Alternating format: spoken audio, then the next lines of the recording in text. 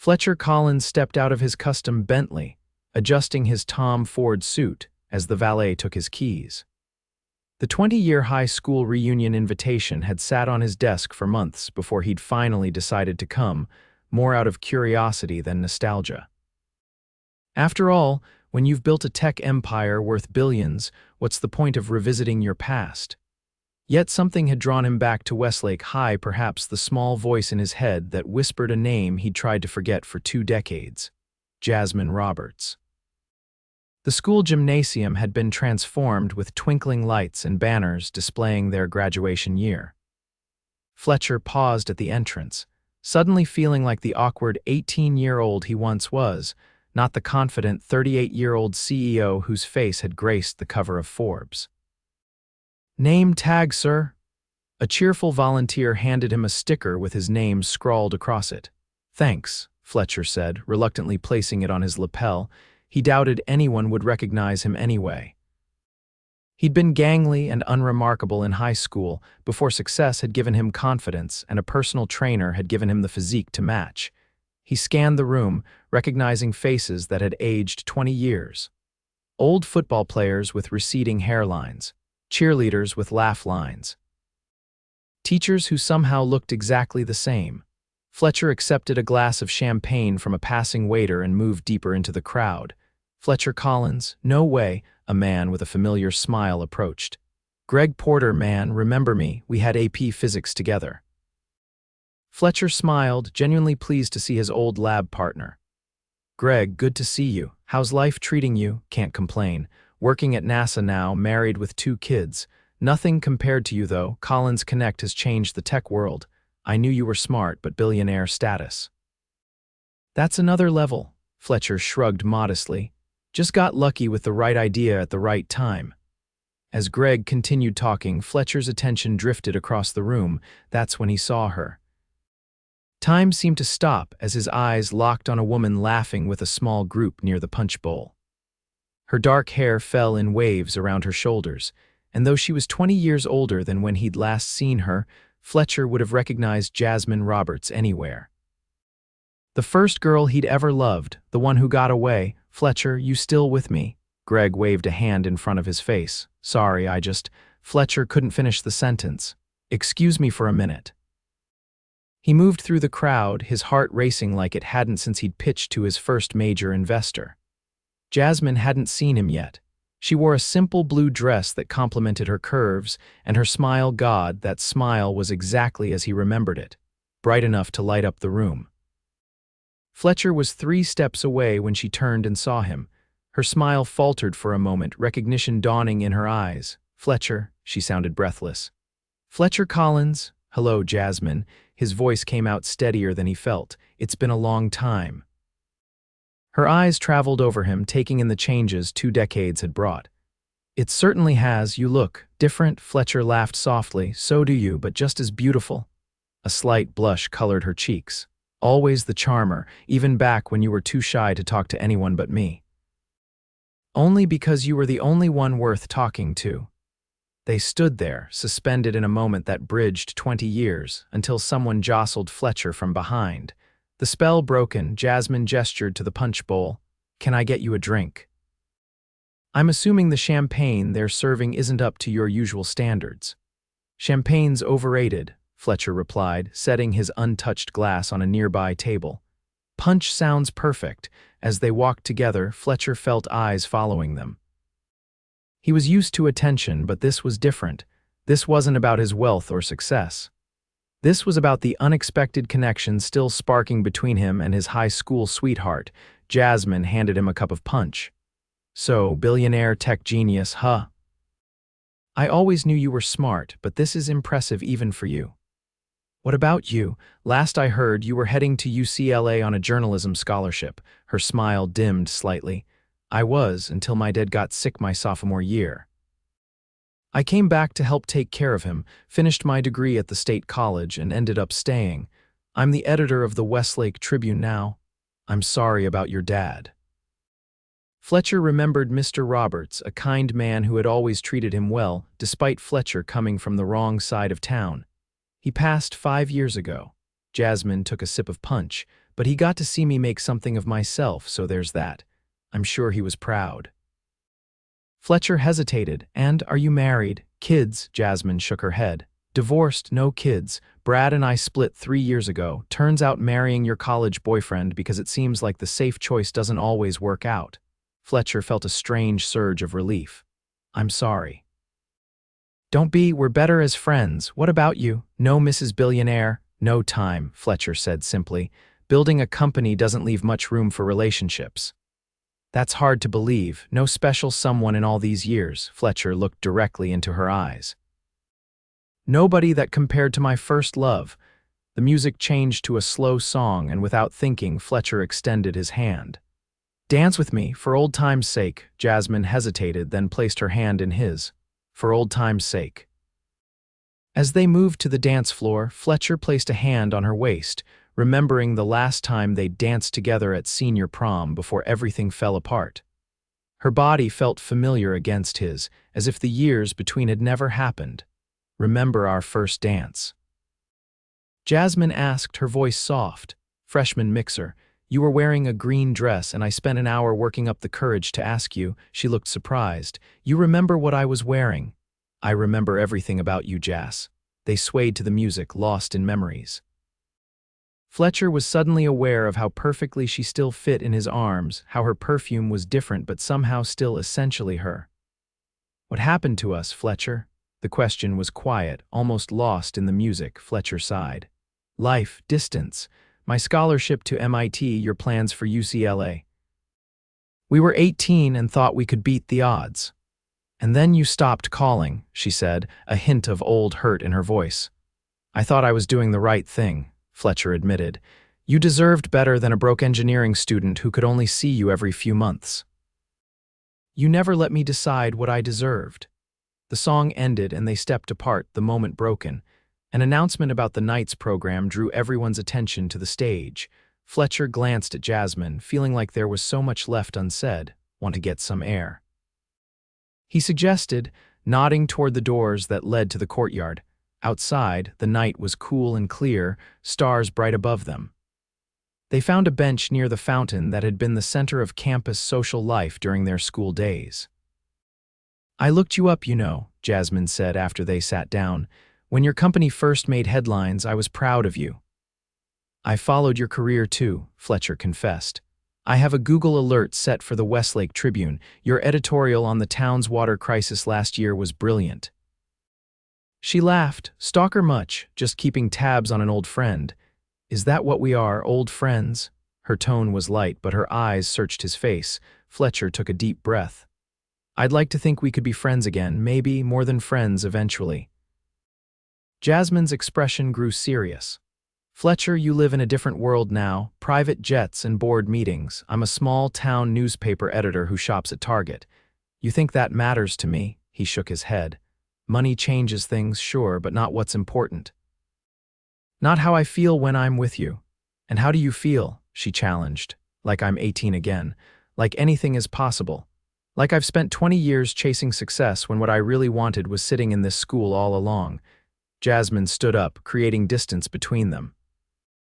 It's been 20 years, Fletcher. We're not the same people anymore. You can't just walk back into my life and expect to pick up where we left off.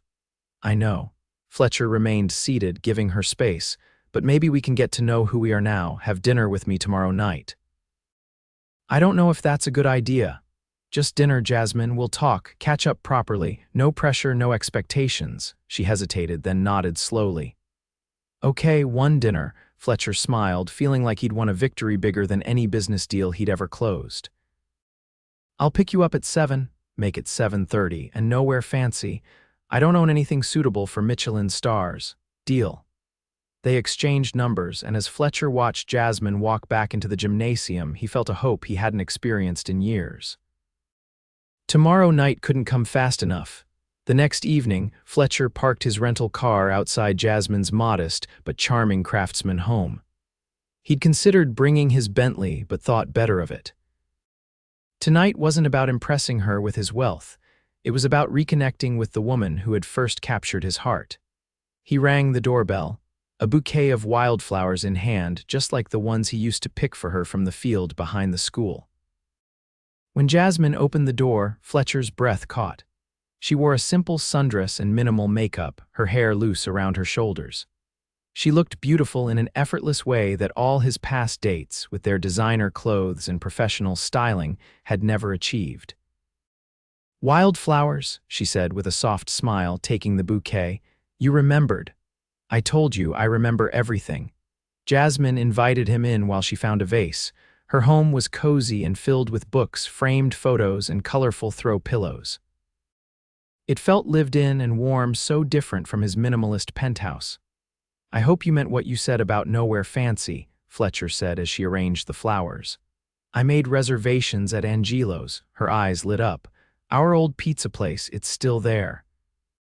"Still there, still making the best pizza in town, though I hear Angelo Jr. runs it now." They drove to the restaurant, conversation flowing easily as Jasmine pointed out changes in the town. Angelo's had been renovated but maintained its charm, with checkered tablecloths and photos of local sports teams on the walls. "Fletcher Collins," Angelo Jr. exclaimed when they entered. "My father will never believe this, and Miss Jasmine too, just like old times." They were seated at a corner table, and Angelo insisted on bringing them the special treatment. Soon they were enjoying garlic knots, a large pizza, half pepperoni her favorite, half mushroom his, and a bottle of wine that Angelo assured them was on the house for Westlake's most successful graduate. "So," Jasmine said after they'd eaten, swirling wine in her glass, "tell me about your life now. What's it like being Fletcher Collins, tech visionary?" Fletcher shrugged. "Busy, isolating sometimes. People see the money, not the person." "Poor billionaire," she teased, but her eyes were kind. "I'm not complaining. I know how fortunate I am, but sometimes I miss the simplicity of before, when success meant getting in on a test, not meeting quarterly projections." "And you built your company from scratch, no help," Fletcher nodded. "Started in my dorm room at MIT. Dropped out my junior year when we got our first round of funding. My mom thought I was crazy." "How is Margaret? She was always so nice to me." "She's good. Living in Florida now. I bought her a house on the beach, set up a foundation in my dad's name after he passed." Jasmine reached across the table, touching his hand briefly. "I'm sorry about your father. I know you two were close." "Thanks." Fletcher appreciated that she remembered. His father had been a factory worker, hardworking and honest. He died of a heart attack the year after Fletcher had become a millionaire. "What about your mom? Remarried, living in Arizona, happy." Jasmine smiled. "She asks about you sometimes, whatever happened to that nice Collins boy, and what do you tell her?" "That you're too busy being famous to remember us little people." Fletcher winced. "That's not fair." "No, it's not," she agreed, her expression softening. "I actually tell her you're doing exactly what you always said you would, changing the world with technology." They talked for hours, moving from past to present and back again. Fletcher learned about Jasmine's work at the Tribune, her volunteer efforts with literacy programs, her failed marriage to a man who had ultimately wanted different things from life. In turn, he told her about the early days of his company, the risks he'd taken, the mentors who had helped him, and the hard lessons he'd learned about who to trust. Jasmine said as they shared a tiramisu, "I had such a crush on you sophomore year, before we even started dating."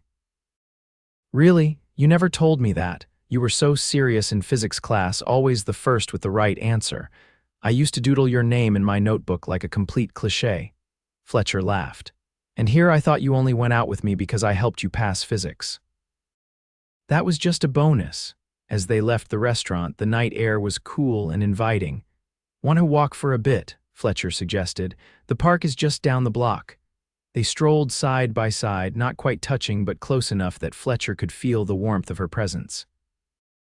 The park was quiet, illuminated by old-fashioned street lamps. "This is where you asked me to be your girlfriend," Jasmine said, stopping near a gazebo. "Right here. I remember. I was terrified you'd say no." "I almost did. Not because I didn't like you, but because I knew even then that you were destined for bigger things. I was afraid you'd break my heart. And then I did anyway." Jasmine turned to face him. "We were kids, Fletcher. We both made mistakes. My biggest mistake was letting you go." He stepped closer. "Jasmine, I don't," She placed a hand on his chest, keeping distance between them. "This is just one night. You'll go back to your life tomorrow, and I'll go back to mine. It doesn't have to be that way. Doesn't it? Your company is in Seattle. Your life is private jets and board meetings. Mine is here." Fletcher took her hand. "What if I told you I've been thinking of opening an office in this area, that I've been looking for an excuse to come back home?" "I'd say that sounds like a convenient line. It's the truth. I've been feeling disconnected lately. Success isn't what I thought it would be, and seeing you again," he paused, searching for the right words. "It reminded me of who I used to be, who I wanted to be." Jasmine's expression was guarded. "And who was that?" "Someone worthy of you." Her eyes glistened in the lamplight. "Fletcher, before she could continue, raindrops began to fall, slowly at first, then more insistently. They ran to the gazebo for shelter, laughing as the sudden downpour intensified. "Just like prom night," Jasmine said, wringing water from her hair. Fletcher remembered. They'd left the dance early, caught in an unexpected storm. They'd taken shelter in his old car, fogging up the windows as they'd kissed for hours. "Jasmine," Fletcher said softly, moving closer to her. "I know it's been 20 years, I know we've both changed. But when I saw you at the reunion, I felt everything I used to feel and more. Tell me you didn't feel it too." She looked up at him, raindrops clinging to her eyelashes. "I felt it," she whispered, "but feeling something doesn't make it right or smart." "Since when have we ever been smart about each other?" Fletcher cupped her face gently. "You were my first love, Jasmine Roberts, and standing here now, I'm starting to think you might also be my last." He leaned down, giving her time to pull away if she wanted. But instead, Jasmine rose up on her tiptoes, meeting him halfway. Their lips met softly at first, tentatively, before the kiss deepened with 20 years of longing. When they finally broke apart, both breathless, Jasmine rested her forehead against his. "This is crazy," she murmured.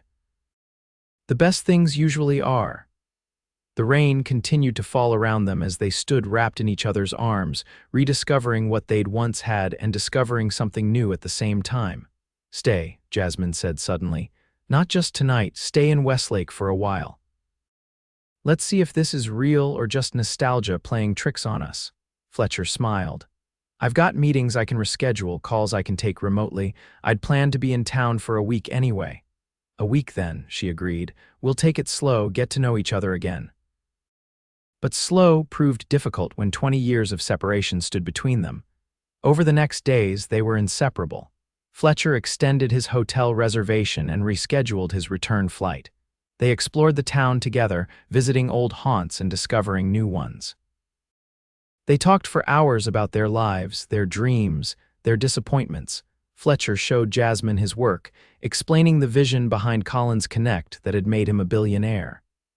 She showed him her newspaper office, introducing him to her staff with a pride that made his heart swell. 5 days into his stay, Fletcher received an urgent call from his executive team. A potential competitor was making moves that could threaten their market position. They needed him back in Seattle. "I have to go," he told Jasmine that evening as they sat on her porch swing. "There's a situation at work." She nodded, her expression carefully neutral. "Of course, you have responsibilities." "Come with me," Fletcher said suddenly. "Just for a few days, I'll show you Seattle, my home there. You can see my world." Jasmine hesitated. "I can't just leave the paper." "Your deputy editor, what's her name, Lisa? She handled things when you took vacation last year, right? It's just a few days, Jas." After consideration, she agreed. The next morning, they boarded Fletcher's private jet, Jasmine trying not to look overwhelmed by the luxury. Seattle was rainy and beautiful. Fletcher's penthouse apartment offered stunning views of the city and Puget Sound, but was impersonal, lacking the warmth of Jasmine's home. "It's very modern," she commented diplomatically. Fletcher laughed. "You can say it's cold, I know it is. I'm hardly ever here, so I never bothered to make it feel like home." He had to go into the office for meetings, leaving Jasmine to explore the city. When he returned each evening, they'd talk about her adventures and his work challenges. On the third night, he took her to a company function where Jasmine charmed his colleagues with her intelligence and wit. "Your girlfriend is incredible," Fletcher's CFO, David, told him as they watched Jasmine deep in conversation with their head of product development. completely unpretentious. Where have you been hiding her? She's not exactly my girlfriend, Fletcher admitted.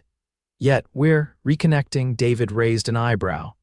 Well, don't let this one get away. She looks at you like you hang the moon, and I've never seen you smile so much. Later that night, as they stood on his balcony overlooking the city lights, Fletcher knew it was time to stop pretending this was temporary. I love you, Jasmine, he said simply. I think I never really stopped loving you. She turned to him, eyes shining. I love you too. But Fletcher, this doesn't solve anything. We still live in different worlds. Worlds can merge. He took her hands.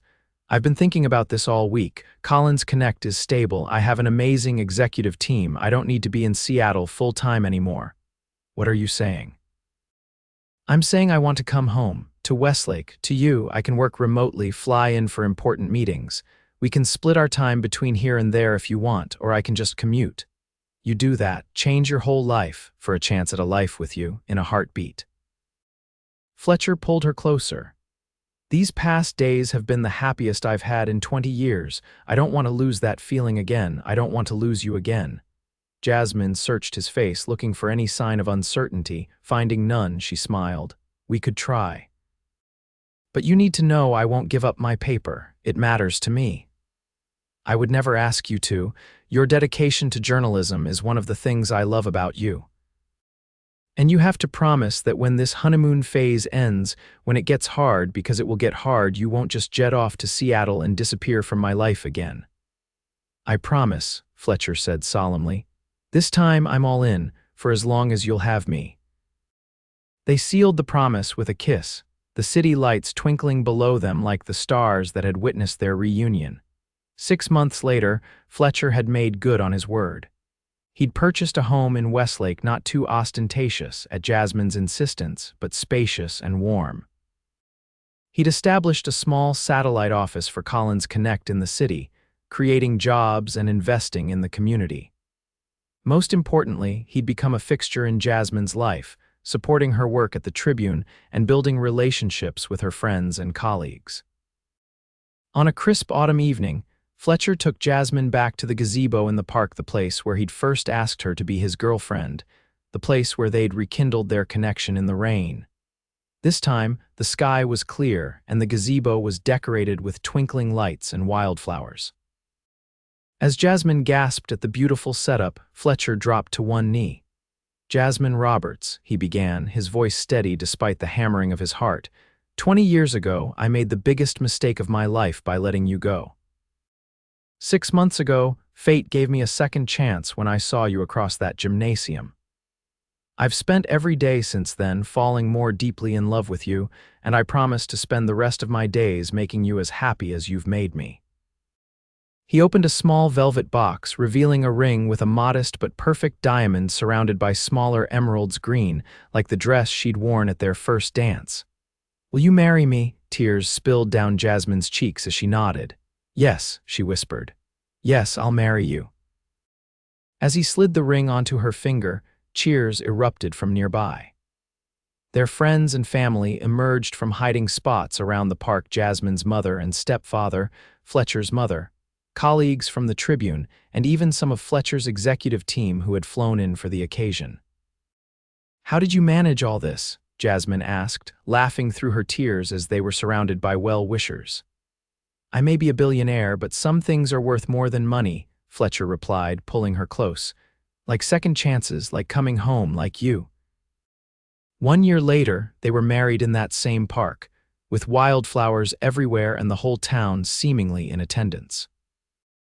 The Westlake Tribune ran a front-page story written by Jasmine's deputy editor about the local girl and the billionaire who found their way back to each other after 20 years.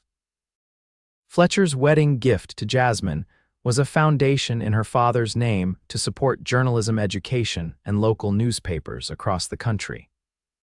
Jasmine's gift to him was a scrapbook containing mementos from their high school days alongside news clippings of his success and photos from their year together. As they danced at their reception, held in the same gymnasium where they had reconnected, Fletcher held his bride close. Happy? He asked, though her radiant smile had already answered the question. Completely, Jasmine confirmed. Though I still can't believe I'm Mrs. Billionaire now, Fletcher laughed. That's not who you married. You married that awkward boy from physics class who never got over his first love. I know, she said softly. That's exactly who I wanted. They continued to build their life together, dividing time between Westlake and Seattle.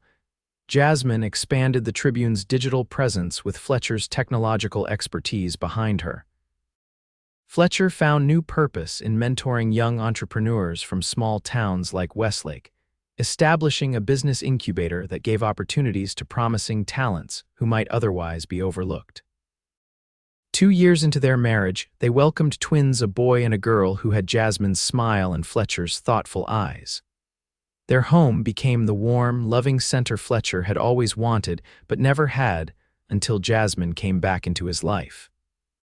On the night of their 5th wedding anniversary, as they sat on the porch swing watching the sunset, Jasmine rested her head on Fletcher's shoulder. "You know what I was thinking about today?" she asked. "What's that?" How close we came to missing all of this. "If you hadn't come to that reunion." Fletcher kissed the top of her head. "I almost didn't. Funny how the most important decisions sometimes seem so small at the time. Do you ever regret it, changing your life for me, splitting your time between here and Seattle?" "Not for a second," Fletcher said firmly. "All the success in the world means nothing if you don't have someone to share it with, someone who knows the real you, not just what you've achieved." Jasmine smiled, lifting her face for his kiss. "Who would have thought that awkward boy and that physics-challenged girl would end up here?" "I did," Fletcher said simply. "Somewhere deep down, I always knew we weren't finished. That's why no one else ever measured up to you." As the last rays of sunlight painted the sky in brilliant colors, they held each other close, grateful for second chances and the enduring power of first love that still shone as brightly as ever.